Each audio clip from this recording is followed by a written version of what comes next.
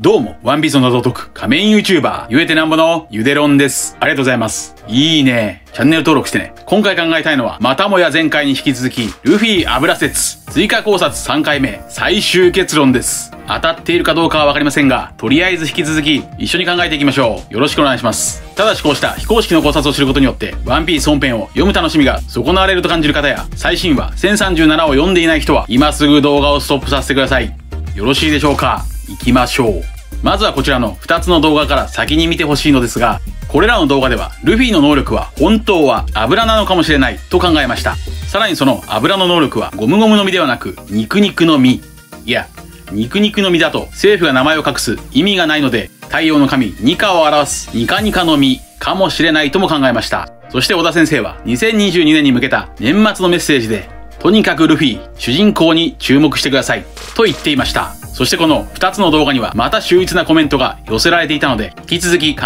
えていきます。まず考えたいのはやはり黒ひげです。いただいたコメントには、ルフィがもしも油なら黒ひげの嫌いなものがグレイビーソースなのも頷けるといただきました。グレイビーソースとは肉から溢れる肉汁のことです。その成分は厳密には肉の油とアミノ酸成分と水分が合わさったものですが、肉の油汁のイメージがあるでしょう。そして逆にルフィの嫌いなものはある店のチェリーパイ。これは黒ひげと出会ったジャヤの店のチェリーパイのことでしょう。こちらの黒ひげの考察でも考えたように、チェリー、さくらんぼは一つの枝から二つ以上の実がなっていることから、さくらんぼイコール悪魔の実を複数所有している黒ひげのイメージです。となると、グレイビーソースはルフィの真の能力、肉の油を暗示しているかもしれないとなるわけです。そんなルフィは肉で超回復しますが、肉と同じように歯が欠けたルフィとブルックは牛乳を飲むと歯が復活していました。これはおそらくギャグの一つですが、しかし牛乳も実は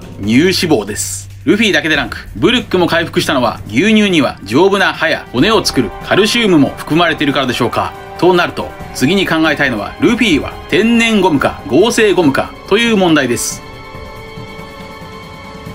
前回の動画ではルフィがもしも合成ゴムなら、合成ゴムは石油から作られるので違和感はないというコメントを紹介しましたが、8巻の SBS で小田先生は以下のように答えているようです。ルフィは天然ゴムですか？合成ゴムですか？ルフィは天然ゴムですと答えていました。ルフィがもしもその言葉の通り天然ゴムなら、石油説がここでついえました。それは別の方からいただいたコメント欄の指摘の通り、もしもルフィのゴムの能力が変化、覚醒するなら、それは油脂ではなく樹脂かもしれません。植物から取れる固形物質には樹脂と油脂とロウ3つがあり、それらは厳密には成分が異なるので区別されています。ちなみにロウの能力者はすでにろうそく人間のミスター3がいます。ミスター3は太陽の神ニカにちょっと似ています。とにかくルフィは油脂ではなく、そのまま天然ゴムの原料、樹脂こそがルフィの真の能力である可能性が浮上しました。ここまでの動画ではルフィは肉が好きなので植物から取れる樹脂ではなく油脂だろうと考えてきました。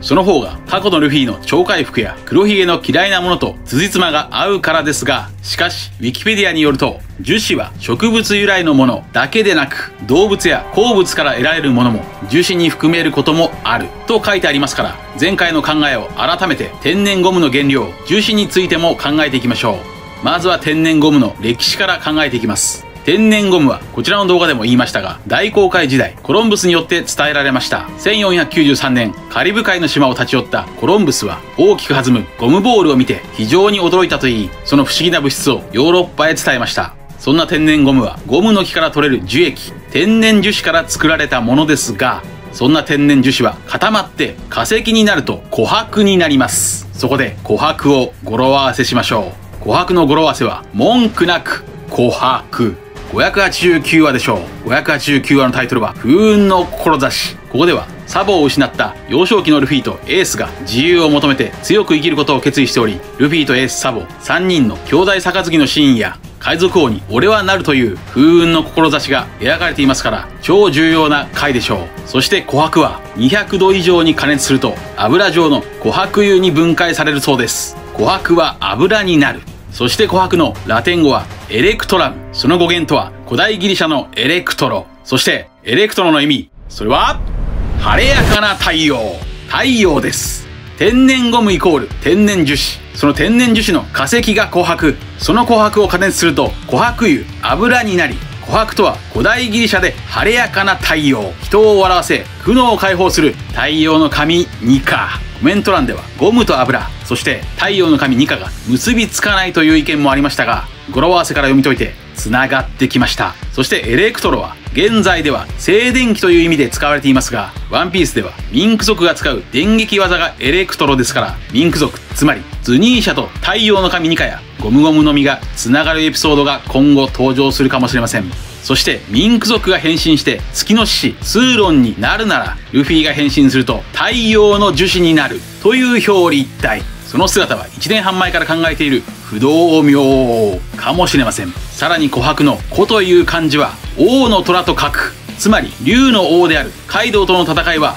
竜王 VS 王子、竜子の戦いとなると、ルフィは街道戦でタイガー技を使うかもしれません。それは例えば645年に日本で起きた、それまで豪族を中心とした政治から天皇中心の政治へと移り変わった大化の改新をもじってタイガーの改新とかでしょうか。645年ではなく645の扉絵には太陽の神ニカにそっくりなウソップが描かれており、さらにルフィがホーディにレッドホークを叩き込んでいます。そしてまだあります。1037話でカイドウが飲んだ酒はおそらく日本酒でしょう。日本酒には琥珀から発見された琥珀酸が入っています。1012話の考察動画ではルフィとカイドウは統一で同一、表裏一体だとも考えました。そして扉絵で竜子の戦いが描かれている526話の話数の語呂合わせは移ろう、移ろう、移ろうとは、この世の全てのものは移り変わり、また生まれては消滅する運命を繰り返し、永遠に変わらないものなどない。それはつまり諸行無常の響きあり。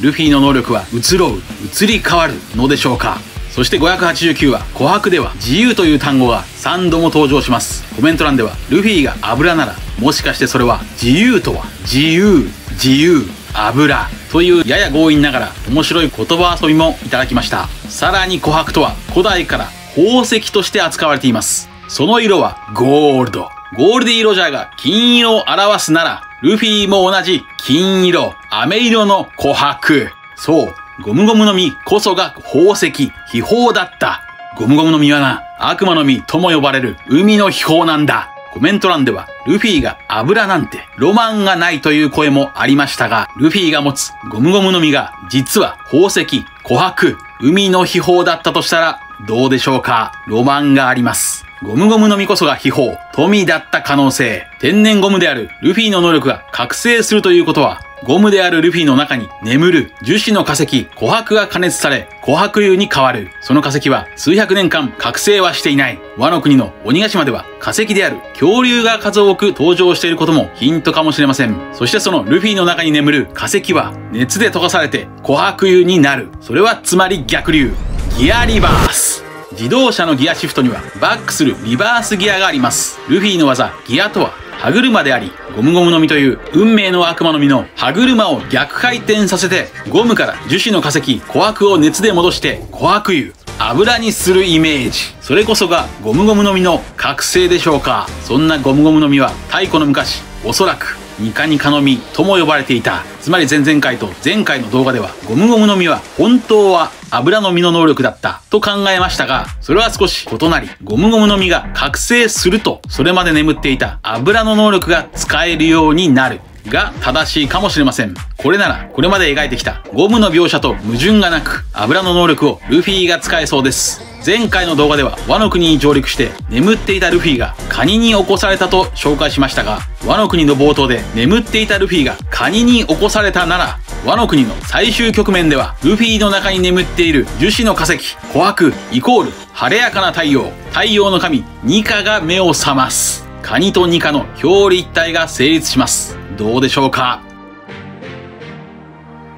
コメント欄ではルフィが油を使えるなら海底に沈む島を浮上することができるかもという意見をいただきました。なぜならここまで僕は油を覚醒させればカイドウを油そのものに変化させることが可能になり、そこへレッドロックを放てばウォウウォウの実のカイドウを油が乗った焼き魚にできると考えたからです。これの応用として油の能力者が覚醒して海底に沈んだ島そのものに油の性質を付与すれば、確かに島ごと海面まで浮上できそうです。ルフィが油化して浮上させるとしたら、それはおそらく魚人島でしょう。いや、さらにラフテルなのかもしれません。これならば、五老星がその能力の覚醒を恐れることに納得がいきます。魚人島の占い師、マダム・シャーリーは、ルフィが魚人島を滅ぼすと占っていました。その背景には炎が描かれていましたが、滅ぼすとはおそらく暗い深海でひっそりと暮らす迫害されている魚人や人魚たちの現在の環境を滅ぼすという意味でしょ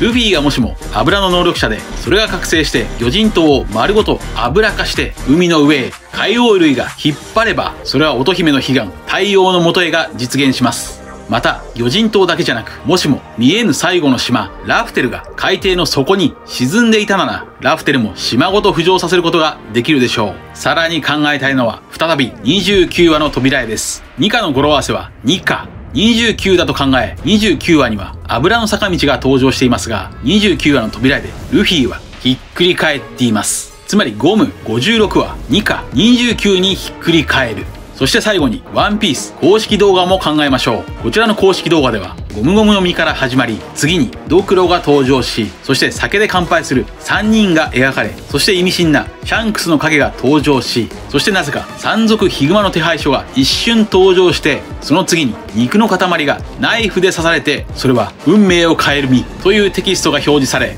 そしてルフィがゴムゴムの実を手に取るシーンになります。その後まるで内部から燃えるようなルフィが描かれて、ワノ国で全てが繋がっていくという文字で締めくくられています。この公式動画にもしかするとルフィ油説を匂わす描写が隠されているかもしれません。まず考えたいのはヒグマです。なぜヒグマの手配書をこの動画に入れたのでしょうか。ヒグマは56人殺したお尋ね者であり、その懸賞金は800万ベリー。ここで1話のヒグマのセリフを見ていきましょう。800万ベリーが俺の首にかかっている。第1級のお尋ね者ってわけだ。56人殺したのさ。ルフィの前に現れた山賊のヒグマは56人を殺したお尋ね者ですが、このヒグマこそがゴムゴムの実を表すヒントキャラでしょうか。ヒグマの懸賞金は800万ベリーですから、それは嘘800のイメージ。つまりゴムゴムの実は嘘800。本当は別の名前がある。本当は別の能力もある。そしてこの映像でおかしいのは肉の塊を刺したシーンです。このシーンだけが1話に存在しません。存在しないシーンをなぜわざわざ入れたのか。肉を刺すとは29を刺す。29を表す。ゴムゴムの実56とは嘘800。その悪魔の実の名前は本当は29の悪魔の実ニカなのかもしれません。そしてヒグマという名前はコメント欄やツイッターでも指摘がありましたが、ヒグマではなくヒゴムかもしれません。ヒグマのグマという字を傾けたりひっくり返すと、グマはゴムと読める。つまりヒグマとはヒゴム。さらに前回触れたワノ国の最初に登場したウソップの嘘、ガマの油も同じように変換できるでしょう。ガマのマをひっくり返すと、それはガムの油。ガムとはゴムとも言うので、ゴムの油。以上です。まとめましょう。天然ゴムの原料は樹脂であり、その樹脂が固まると樹脂の化石、琥珀になります。その琥珀を熱で溶かすと琥珀油になり、そして琥珀とは古代ギリシャ語で晴れやかな太陽という意味でした。それは太陽の神ニカとつながるでしょう。そして琥珀とは宝石ですから、ゴムゴムの実こそが秘宝だった。そのように考えました。さらにここまでかなりの高確率で的中しているこちらの動画、魚人島先取り説からも考